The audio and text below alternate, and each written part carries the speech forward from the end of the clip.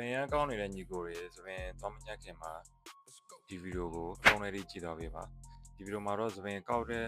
သူတွေနဲ့လုံးဝမလိုက်ဖက်မဲ့ hair style မျိုးကျွန်တော်ပြောပြပေးမှာဖြစ်ပါတယ်ဗျကာလီ hair style နဲ့မလိုက်တာပါနော်front and wavy လောက်ကောင်းနေတာဆိုရင်တော့မပါပါဘူးဒီဗီဒီယိုမှာကာလီလိုအရင်ကောင်းနေသူတွေ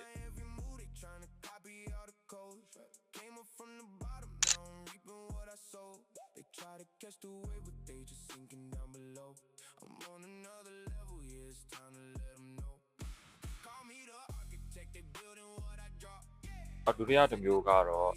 side part ပေါ့သပင်ကရန်ကောင်းနေဖြစ်တဲ့အတွက်ဘာသာတည်တဲ့အတိုင်းဒီပွဲတွေပိုင်းထားလို့လည်း